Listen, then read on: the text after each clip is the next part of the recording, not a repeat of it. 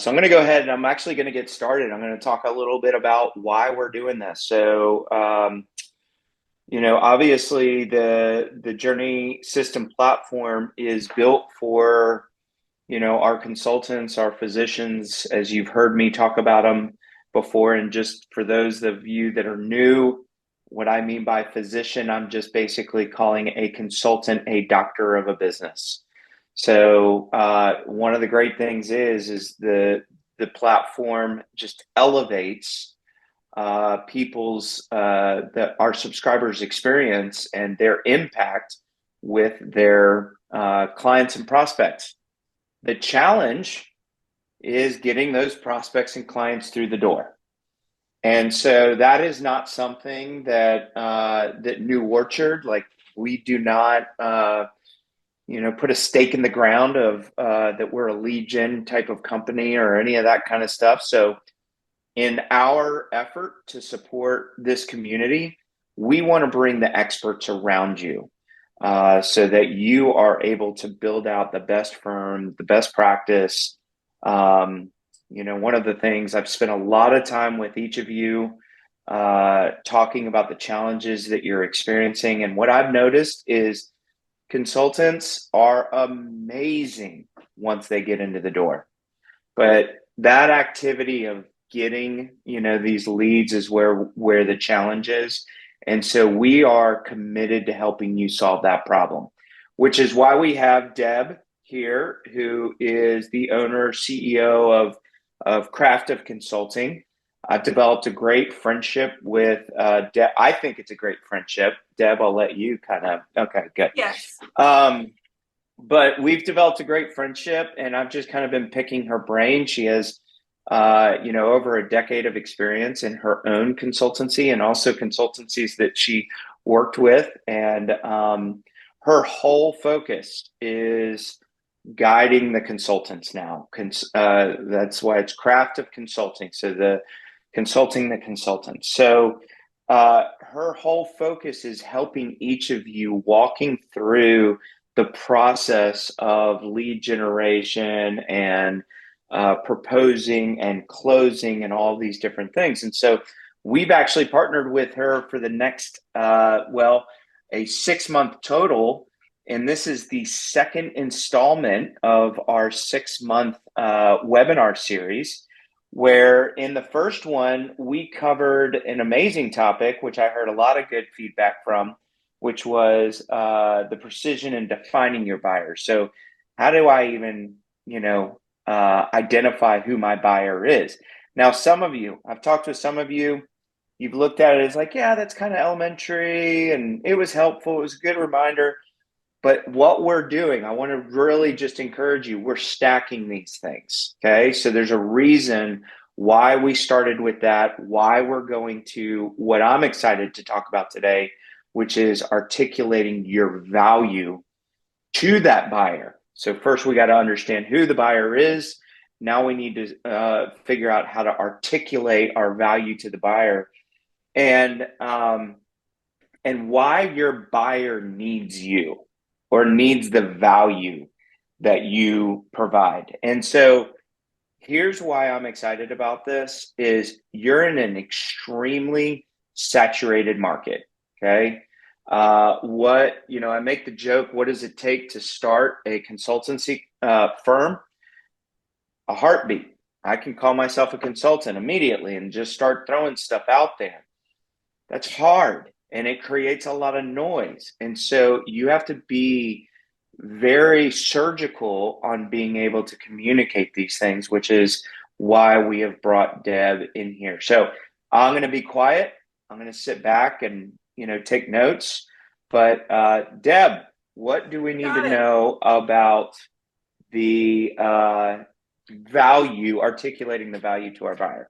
Great, thank you. And one thing I do also want to mention, which I mentioned last time, is I love helping consultants be successful, but I'm also still a practicing consultant. So everything I talk about, I also do. And before y'all got on, I guess I wasn't sharing my Wednesday, I was sharing my Thursday, if we can use that, of some big, wonderful, juicy, great engagements that I got that allow me to do, the work that I absolutely love to do and to be paid really well for it. So everything I'm talking about are things that I still currently do. So let's get right into it with both defining and articulating your value to buyers. And so the first thing I want to say about it is here's what we're going to talk about. We're going to talk about what a value proposition is. And I suspect a lot of you have heard different definitions of what it is. We're going to break it down. We're going to talk about why it matters and sort of how you use it. And then we'll get into how to create an effective one, because there's a lot of value propositions and value statements that I've seen out in the world that they're there, but they're not necessarily serving their purpose, which is to help you get clients. And then we're going to sort of end with, it's not one and done. How do you test it? How do you refine it so that it serves your business purposes? All right, so let's get right into it. So a value proposition in its simplest definition is how you describe what results you can help your buyer achieve, how you do it, and why they should hire you instead of someone else. Now, what I don't mean to say by this is the entire conversation that you have with potential clients. What it's meant to be is a value proposition statement that encapsulates these things so that it makes a potential client want to continue having a conversation with you, because they think, oh, okay, they are talking about me. They're talking about things that I care about. And I kind of get why they're special. And so that's the utility of having a value proposition that's clearly articulated. But let me break it down a little bit in terms of what it needs to actually do for you. So it needs to answer 4 things. The first one is, and again, this goes back to who the buyer is. And I generally start with the question of who your buyer is in most things I'm talking about. So I was doing a training yesterday for folks in my membership about marketing. And the first question I ask is, who's your buyer? Because everything you do after that depends on that. So if you didn't see that training, I'm going to leave it up. You have a link. I'm going to leave it up for a little bit so you can go back to it. But that's the first question. Yeah. Deb, real quick. Yeah. Are you sharing your screen? I am sharing my screen. I just want to make sure, because I am not seeing it. So can you, I just want to make sure. For folks that are in there, are you seeing it? Give me thumbs up if you're seeing it. Yeah, I got raised hands, so folks are seeing it. Okay, that's good. Then it's just a me problem. Keep going. Yeah, Rusty, think of it as a podcast then. So, all right. So you start with who the buyer is. Your value proposition has to answer that question nicely and succinctly and specifically. We'll get into what I mean by specific in a moment. The next thing it has to answer is, what results do you help folks achieve that they want and that they're willing to pay for? And we'll get into, and I have an example I'll share of what I mean by that. It then has to answer something, not everything, but something about how you help them get those results. And that's really critical because, and I will tell you, there's a consultant that I worked with as a peer. He and I did work together. I introduced him to one of my clients because he was perfect for them. He had exactly the knowledge and skills that they needed, and he was going to be better than anybody else that they could work with. He struggled to answer this question. It wasn't in his value statement. He had a hard time describing it afterwards, simply because he's so used to doing what he does. He didn't think about how to articulate it. He lost a 6-figure gig because he couldn't answer that question to the satisfaction of the potential client he was talking to. So that's why very important to get clear about how you actually help them achieve those results and then how to articulate that.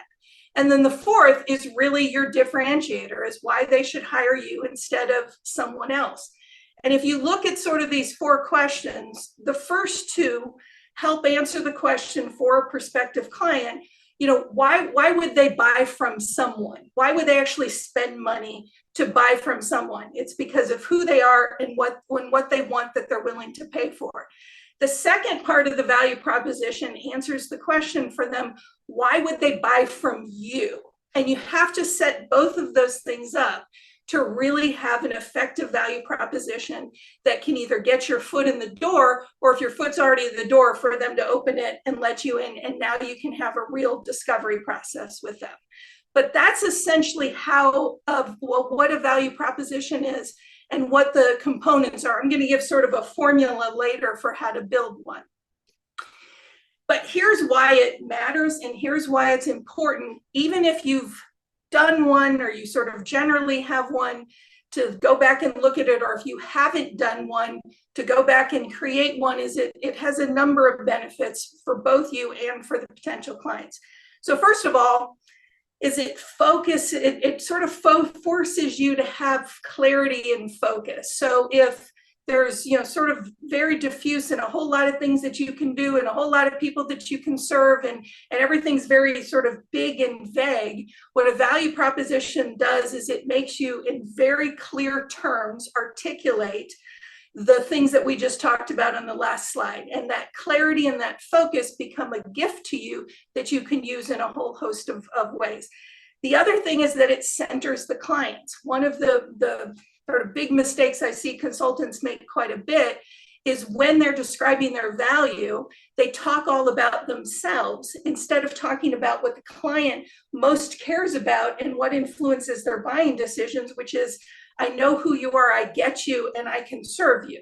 And so a good value proposition that is well articulated centers the client in every way. It still talks about you, but it puts them first and foremost.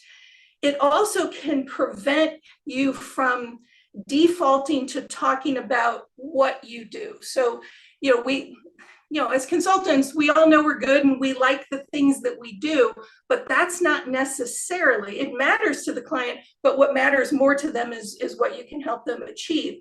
And this is in contrast to, for example, I've seen, and I've done this too. When I was early on as a consultant, I did this where you walk in and you start to introduce yourself and you start talking all about yourself and the things that you've done, etc. And it takes a while before you get to anything that is remotely and directly connected to the potential client. And so it prevents you from defaulting to that. And the other thing is, it puts the benefit for the client first. And I'm thinking there's someone in my membership who I also coach, who she loves the things that she does. She creates very specific set of deliverables that are valuable to clients. And when she's been going out and trying to get business, and she struggled at the beginning, she kept emphasizing the services, the deliverables, the things that they're ultimately going to have in their hand. And it wasn't clicking for the clients that she was hoping to get. So she wasn't actually getting a lot of business. It wasn't until she flipped it and started to use a clearly articulated value proposition that put them first, so she could talk about what it is those things did for them. So start with the results they're going to get. They're going to get more revenue. They're going to have to work less. They're going to avoid risks, et cetera, et cetera. Whatever those results are, it puts those first. And now they're willing to have a conversation about, okay, how is it that you do that? What are the things that you're doing? And so it can help clients want to have more conversation with you. And she started to get clients much faster after she flipped it. And she thought everybody would be enamored with the things she was doing. And the reality is she tested the market and that wasn't true.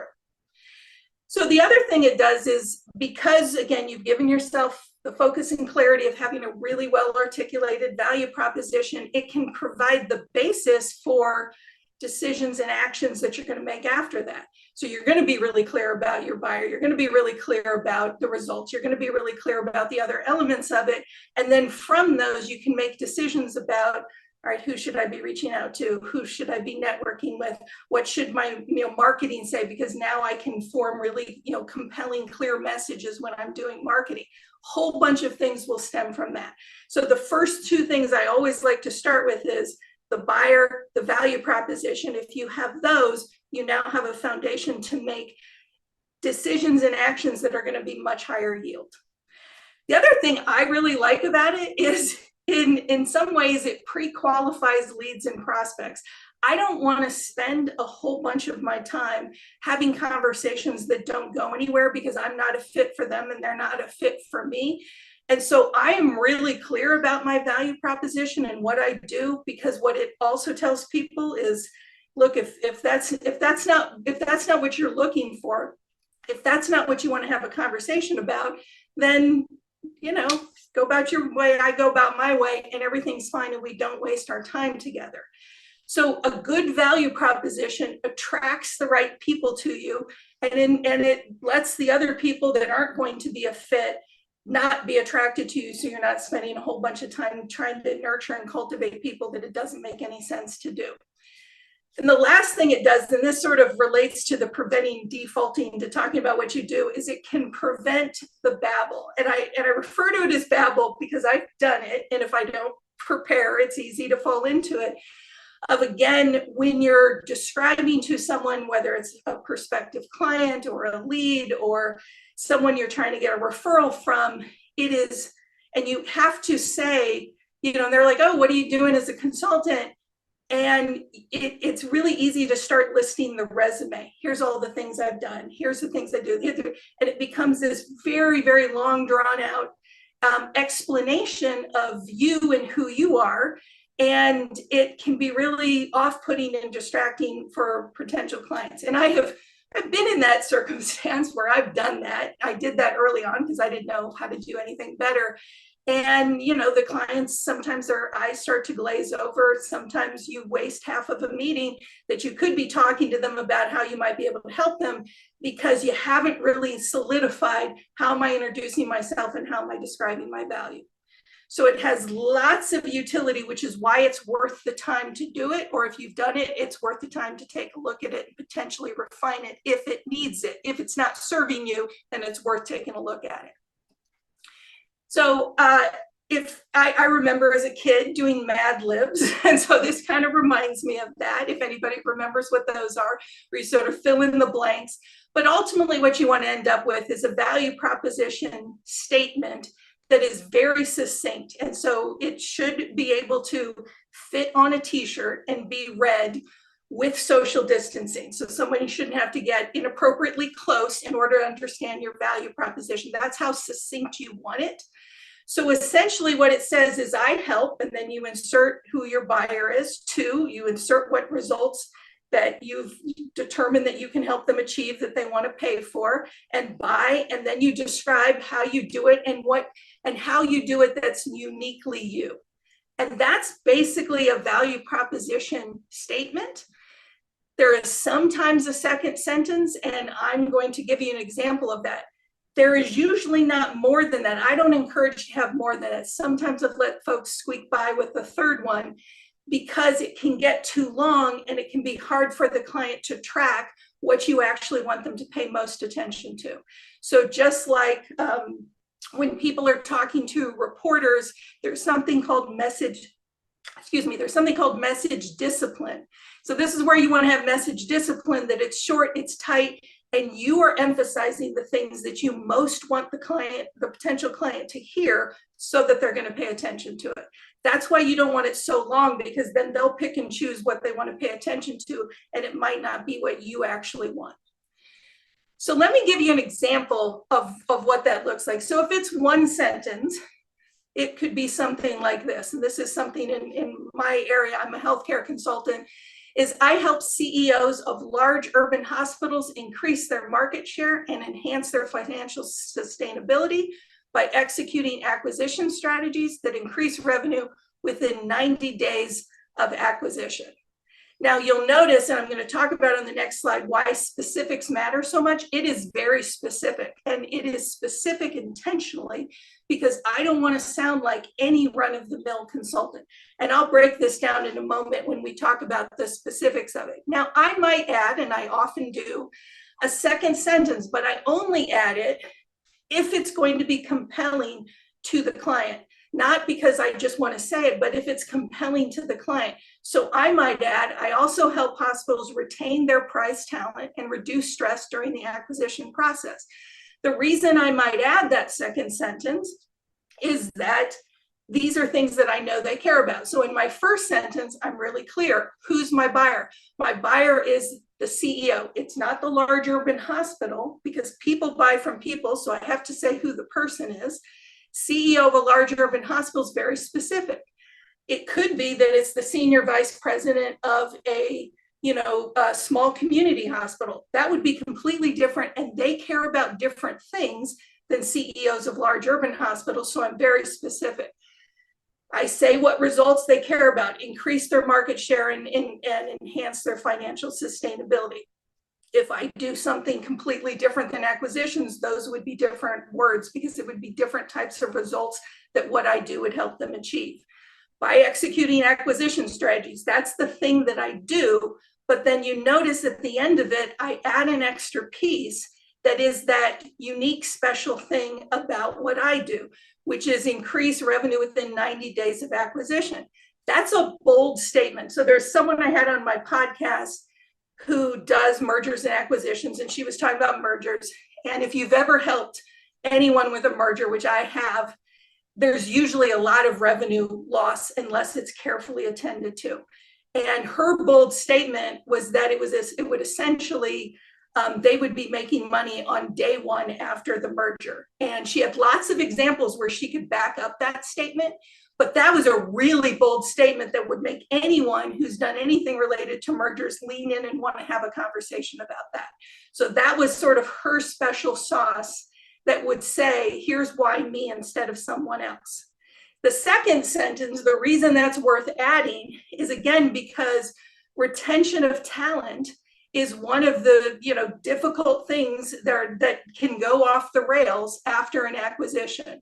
And so I know that anybody who's paying attention to an acquisition is going to care about making sure that whatever talent that they really truly do want to keep, which may not be everyone, that there is a strategy in place to do that, and I can be helpful with that. I add the reduced stress because that's emotional. That's something that, again, if they've ever been through this process, it can be a very stressful process. And part of what I'm saying to them is, I'm going to lift some of that burden from you. And I want them to have an emotional response to it, because a lot of folks make decisions as much based on emotions, if not more so, than sort of the logical things that I'm telling them. And so this is carefully constructed to hit all the points that I want to hit, but also hit some pressure points like talent loss, like stress, that I also want them to have a good response to, because I know it's compelling to them. Now, here's the thing. If I said these two sentences, I don't have a closed deal. What I have is the beginning of what is hopefully a fruitful conversation. I still have to back all of these things up.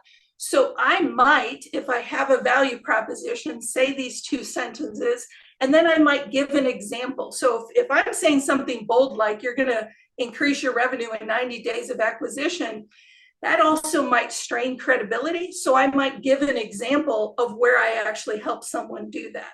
When the woman I talked about making money on the first day that you close the merger, she immediately backs that up with an example so that she gains credibility. And again, that gets you into a conversation. So you still need to be able to back up your value proposition with examples of the specific results you've achieved, examples of how you did it, the things that will make them understand that what this promise is that you're making, that they can have faith that you can actually deliver on it. Now, hey, Deb, yes. would it be helpful, just to jump in real quick? Could we ask if anybody is up for it to throw their value proposition in the Q&A, and towards the end we can kind of take a read and just get your initial thoughts. So if you want to subject your value proposition, I won't put any names, just put your value prop in there. We'll read it and just kind of get some initial thoughts. So if you're wanting that, go ahead and throw it in the Q&A. Keep going, Deb. Love it. Yeah, and I love doing that.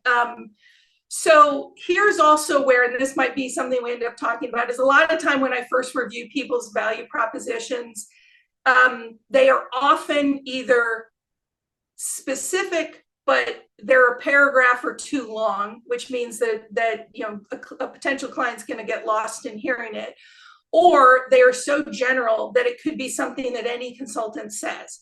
And so specifics are more powerful than general, but you still need succinct in order to keep their attention.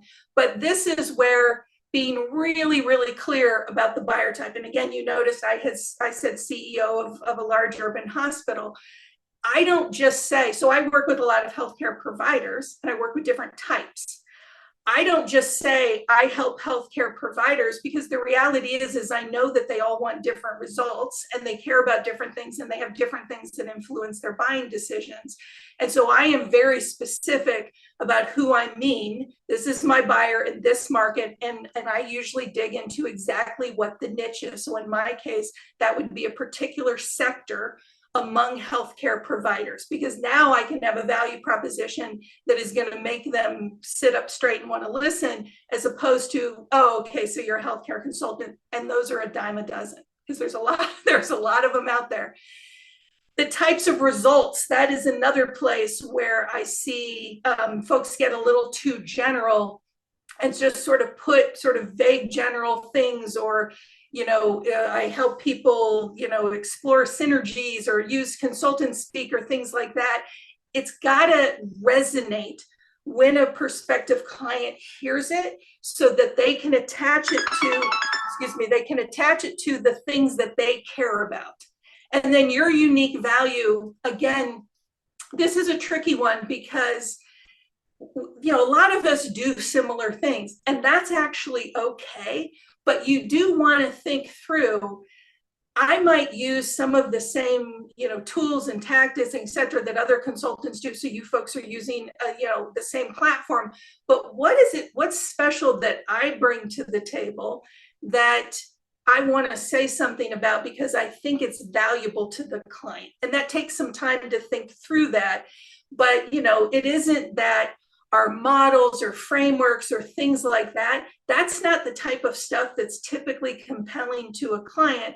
It's typically something extra that you can bring to the table. So for example, you're using a platform that speeds up the process.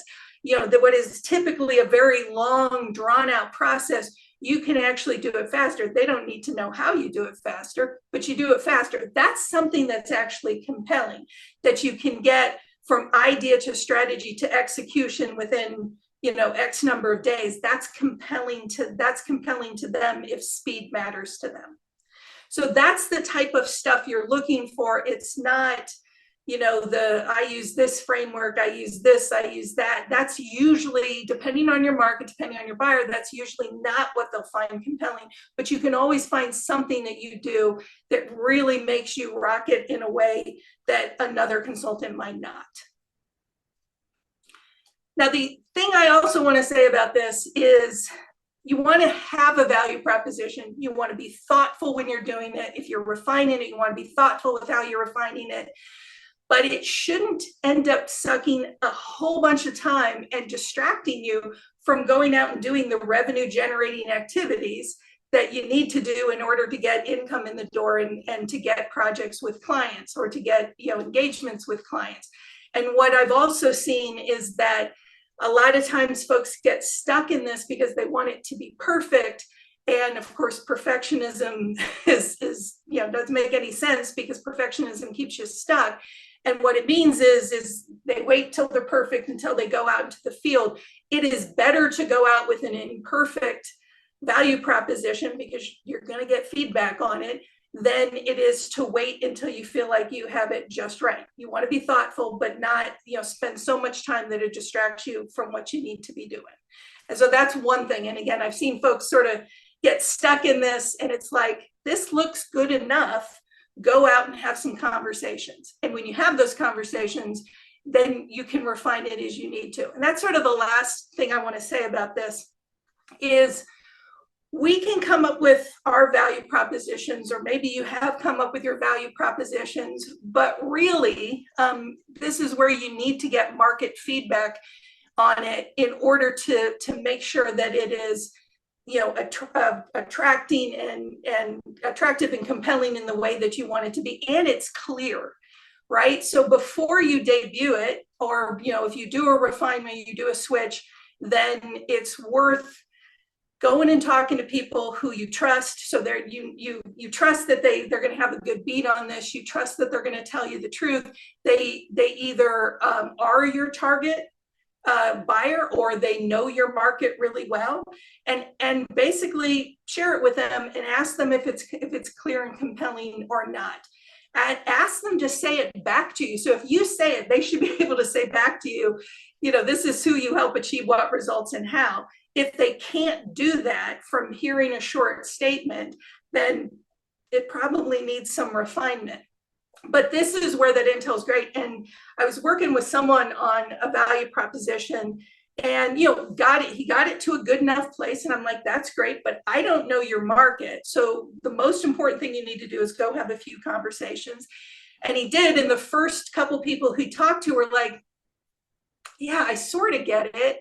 And they had a conversation, they went back and forth, and he was able to sort of pinpoint what they weren't getting. He went back and refined it. And then the next two conversations he had, it was much clearer. And then they were able to jump to, oh, okay, I know who to, go introduce you to, etc. And he has refined it a few times since then based on the market feedback. And then that's the other piece, is as you're using it, you're going to see what types of reactions people have, and you're going to see the outcomes you get for it. Are they looking confused? Are they looking interested? And are doors opening for you? And so you're going to adjust it depending on what you actually see. Also adjust it if there are shifts in your market. So when COVID hit, when a particular sector that I worked with had, a funding cliff that was headed their direction, I changed my value proposition so that it would reflect the things that were current in that market.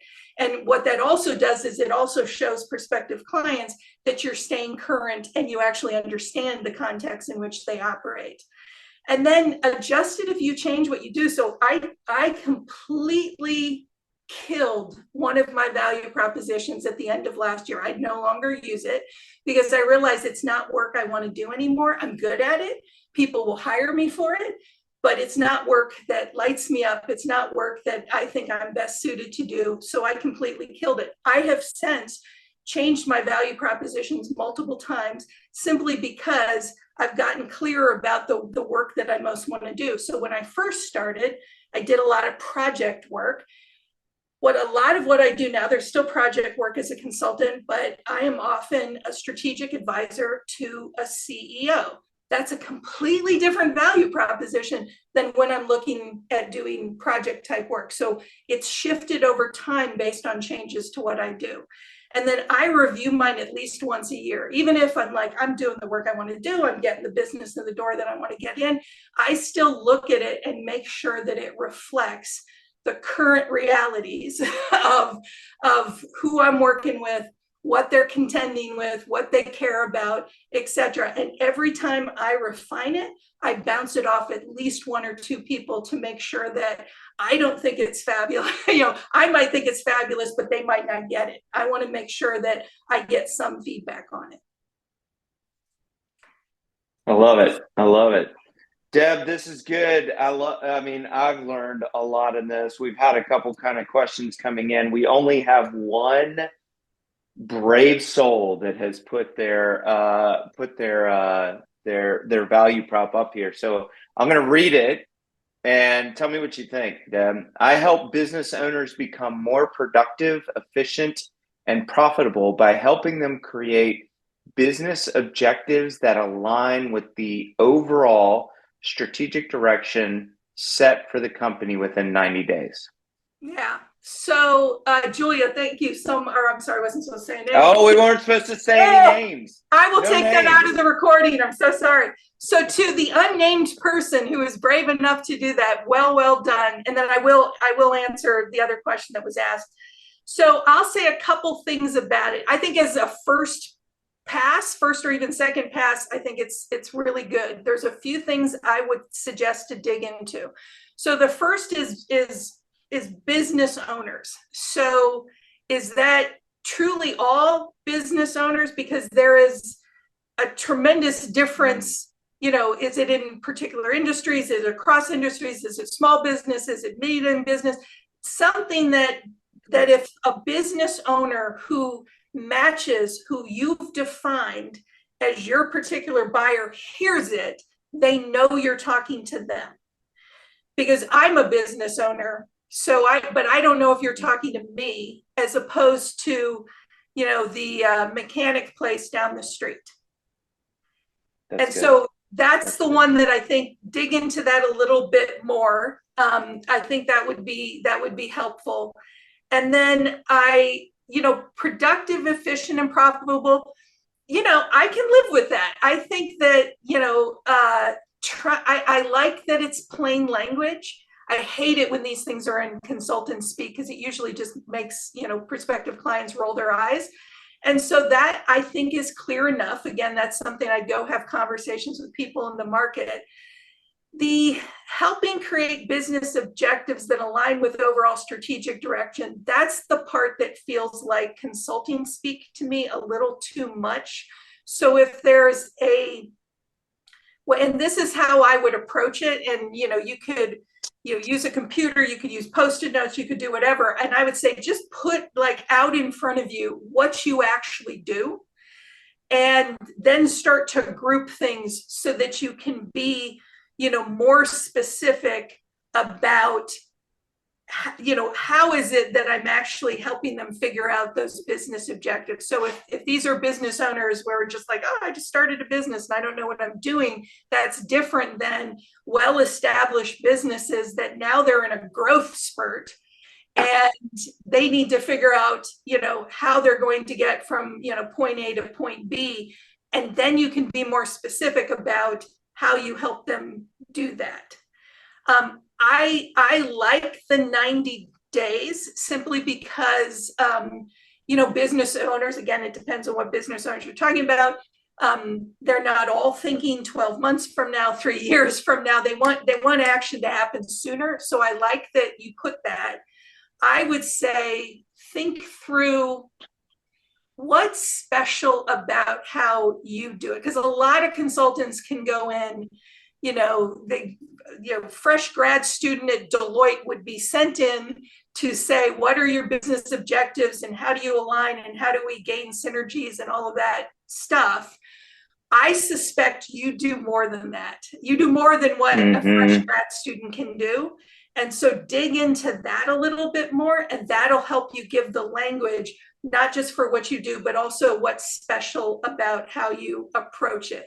And so if the 90 days, for example, is meant to say that you're not dragging this out forever, but you're making that happen fast, then play with language like that. Because that's compelling to a business owner who's like, I need I need stuff to happen like yesterday. Yep. Hey, so we got another question that came in. Doesn't changing your value prop confuse clients? If you keep repeating one value prop, multiple value props to the same client over and over again, yes, it absolutely can. But one is if you have different markets or niches, you can have different value propositions for those. You just use them when it's appropriate to use them.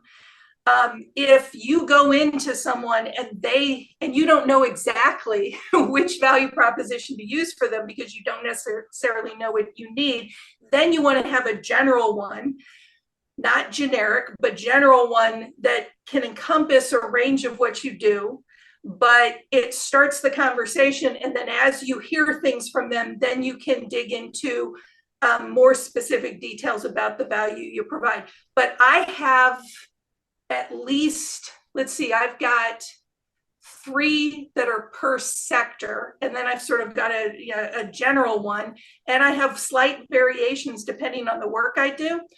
So far, it hasn't confused anyone. If they're wildly different, like that sounds like a different person, that sounds like a different business, that's where it can get tricky. So I have someone who is that I work with who's in the telco space, telecommunications, but also does exit planning for businesses.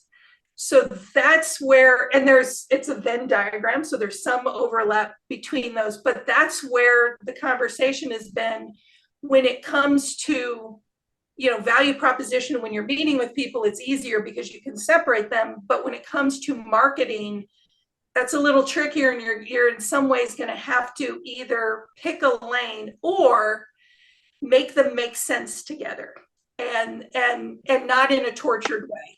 So that takes a little more creativity, and that's just harder because they're a little further apart than what you typically see. I like that. Hey, so we've got about 10 or 15 minutes left. So if you do have some questions, or you do want to submit your value prop to at least just have a second set of eyes on it, which I do have another one. I'm very eager to get your thoughts on this one. I've actually watched this group reevaluate and redefine, and I think, well, I'm going to keep my comments to myself. Actually, no, I'm going to say it. I think this is really good.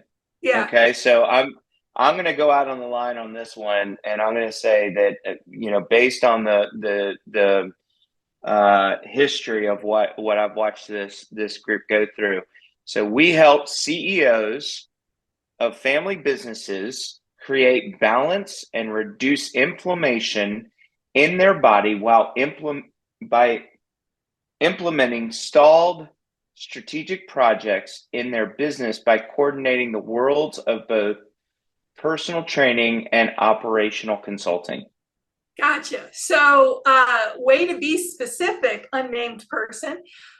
So yeah, I'll say a few things about this. So, perfect timing as someone who's on prednisone right now. I appreciate the inflammation in the body part. So CEOs of family businesses, I like that a lot because it heads in the more specific direction, and family businesses have different issues, concerns, in things that influence their buying decisions than people who aren't related and hope they never are, or sort of ever version happen in other types. That's right. So I like that a lot because you're basically saying, if you're a family in business, I get you. So that's wonderful. I love the create balance. Now, the only part that I'd say, and I actually really like reduce inflammation in the body while implementing stalled strategic projects. This is where you might need a second sentence to marry the two of those. It's really, you might need a second sense-making statement that helps them understand how those things go together. And the reason for that is that you may know that one of the two reasons that they're struggling in their family business is because they got all these stalled strategic projects, plus their body is completely inflamed and they're fatigued and muscle weakness and stressed out and all of those things. You may know that. But when you're approaching a prospective client, they understand their problems as they understand them today. They might know that the stalled projects is a problem. They might not know what it's doing to them physically and how that's contributing to the overall problem.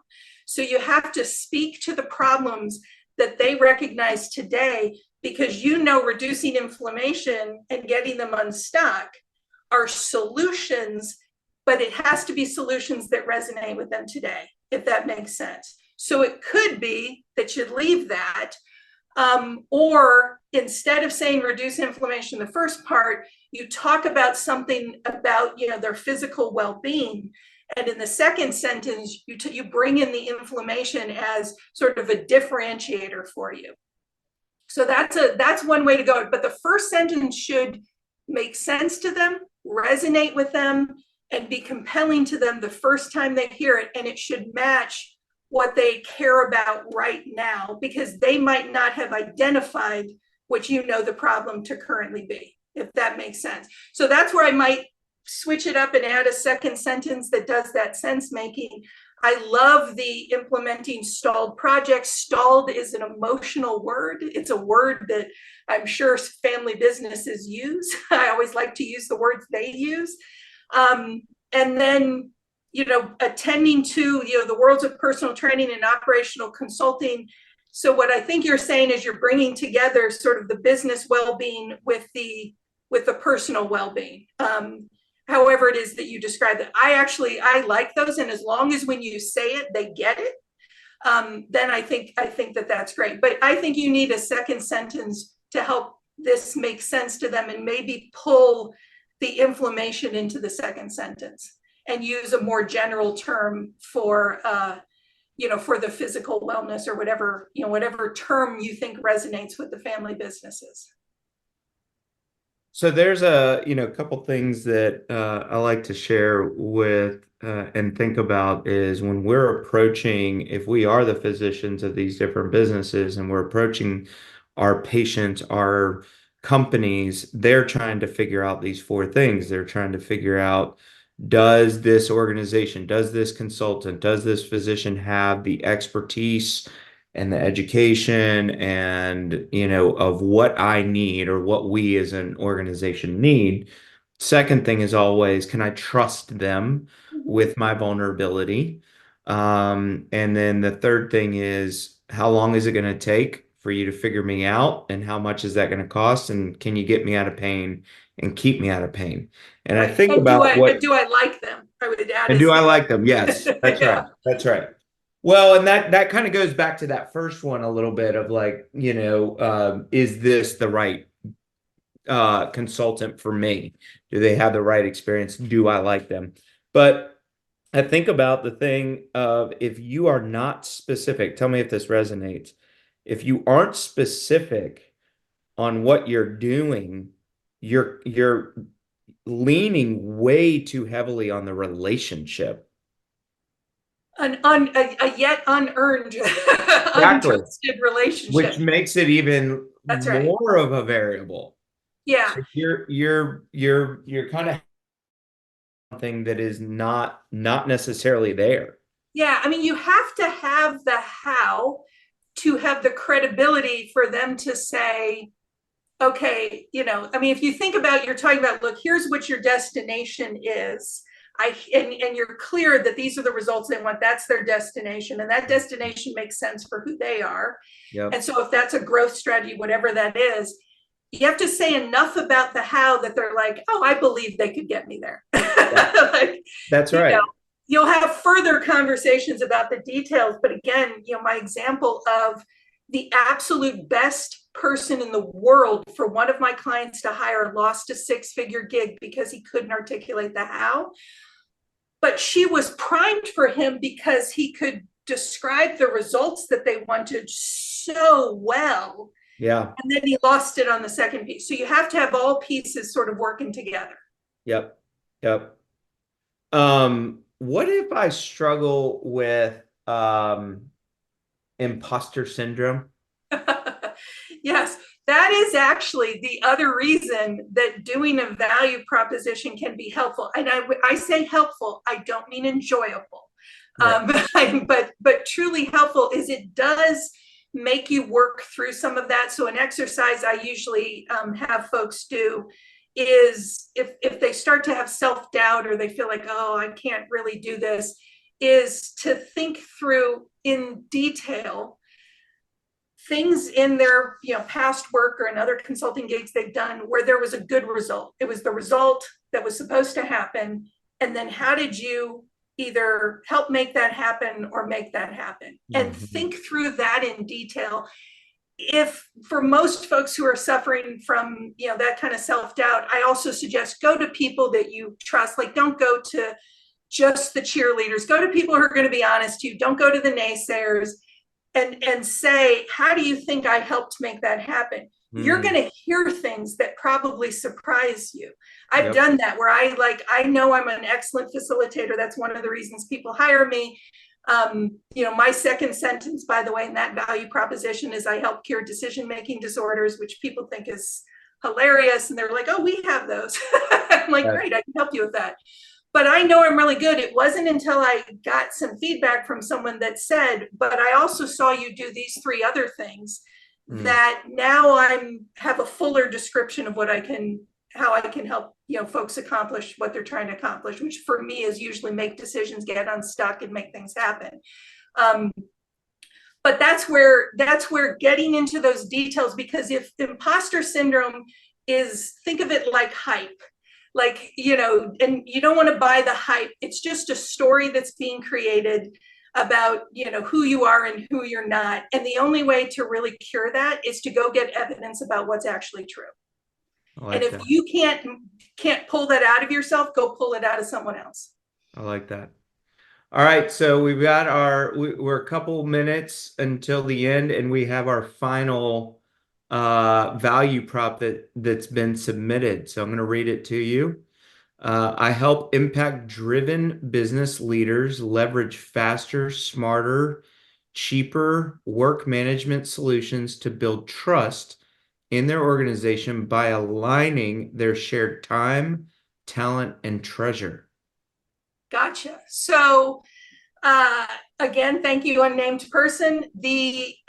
I like a lot impact-driven business leaders. So that to me is good. If you work, and this gets to a question someone else asked, if you're not industry specific, and it can be any type of, business leader who really truly cares about, impact. And again, impact, you might want to get more specific about that, because impact could be financial, could be social, it could be a lot of things. So if you truly, when I first read it, I assume you meant social impact. If you don't, then clarify that, because again, I filled in the blanks because I filled them in with what I care about. So that's got to be specific. But I think that if you're across industries, and that sums up who you work with, and you think when they hear it that they'll know you're talking to them, I think that's fine. I would lay off the capitalizing, because when I started to see the faster, smarter, cheaper, I immediately thought, is that like a framework? Because that's the only reason I thought that it was capitalized. So I'd lose that. I like faster, smarter. I would never use the word cheaper, because it has a negative connotation in people's minds. So cheaper tends to be associated with less value. It's a cognitive shortcut that people take. And so that's a word I would not use, because cheap sounds like the dollar store, sounds like Walmart, and that's not likely what you want to associate with your brand. How would you rephrase that?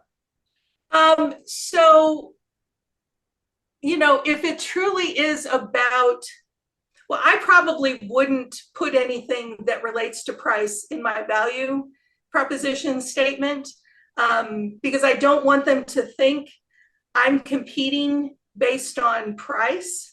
I don't think that's generally a winning strategy. I think more valuable, yeah. I think something about, more valuable starts to get into the right direction, because, value is, well, again, value. It's interesting. I was working with a client just recently, and we were using the term value, which is a term that has a specific meaning within the healthcare industry, and people thought Walmart, and they told us they thought that. So that's why it's always important to test it. We thought we were, super smart, and we didn't know that people were hearing it differently. But I think you're good with faster and smarter. I don't think you need the third one. How about faster, smarter, more valuable work management solutions? High value. I would do high value. Okay. Do a little compound adjective there is a good one. I like that. High value management solutions to build. Will they know what work management solutions means? Like, is that specific enough that they'll get, here's really what that I'm going to do for you? So, and the other thing is leverage. I typically don't love leverage in a value proposition, because I still don't know what result they're getting, except that they're building trust. And so if you're helping impact-driven business leaders, what's the specific result? Because anytime you use the word leverage, that gets you to a how. And we're not at the how yet, because we haven't told them what we're going to help them achieve yet. So that's where I would focus on that. And if it is to build trust, then to what end? So what's the end that building trust is actually getting them? So that's what I would play with that. And then aligning their time, talent, and treasure. I actually like treasure because you don't expect to hear it. So it gives it a little extra something to it. This is where if I were you, I would add a second sentence, and I would say something much more specific about what that looks like or what they get out of it. I think, with the feedback that I've given, some tweaks to this will get you a solid first sentence. But I think a second one that might even get at more what your special sauce is. So there's a ton of consultants who can help people, build trust, figure out, how to align things within organizations, et cetera. What makes you not a fresh grad student? That's good. That's good. Hey, so we've got 1 minute. We're right up against time. Deb, I don't know. We've got a couple more questions that have popped up. So Sure. do you have a couple minutes? But for everybody else, if you got to go, I don't know about you, but I've thought that this has been amazing. I've learned some things. What's our next topic? That's an excellent question. Let me take a look real quick and I will tell you what it is. So, as y'all are seeing, it's compounding, it's building up. We're kind of putting a whole entire project together in 6 months. Two questions. What homework do we have? Yes. So you will be getting, when you get the recording of this, I actually have a tool for constructing your value proposition, and it takes you step by step through it so that you can actually use it if you haven't done it already. Again, you can use it for refining too. There's lots of examples in there.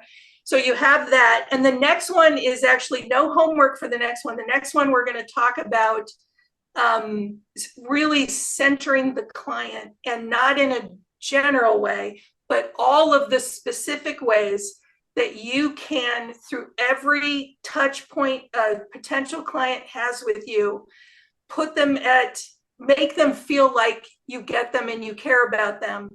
I will tell you, I have built a very profitable business with that at the core of it. And it's one of the reasons that business development has gotten very easy for me. And so we're going to break down exactly what I mean by that. I like the sound of that. I need that. So, all right. Last question. What are you reading? Oh, what have what I'm reading. So I typically, when I read, it's things that have nothing to do with the rest of my life.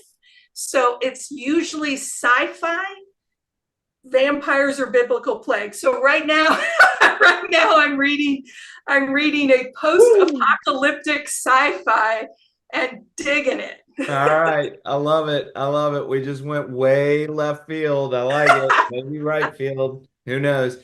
Anyway, Deb, thank you for this. People can reach out to you, right? Definitely feel free to reach out. And if it's okay, just so folks know, if you're on LinkedIn on May 9th, I'm actually doing a free training on how to price your consulting services. Ooh. It's one of my favorite topics. So if you go to check me out on LinkedIn, you can sign up for it. It's free. There will be a recording and you can check out so you can get paid for all your value. Will you send us New Orchard? We're going to push that out to everybody and just shoot us something. That would be fantastic. So happy to. All right. Thanks, well, thank folks. you, This Deb. was fun. All right. Thanks, everybody. Have a great day.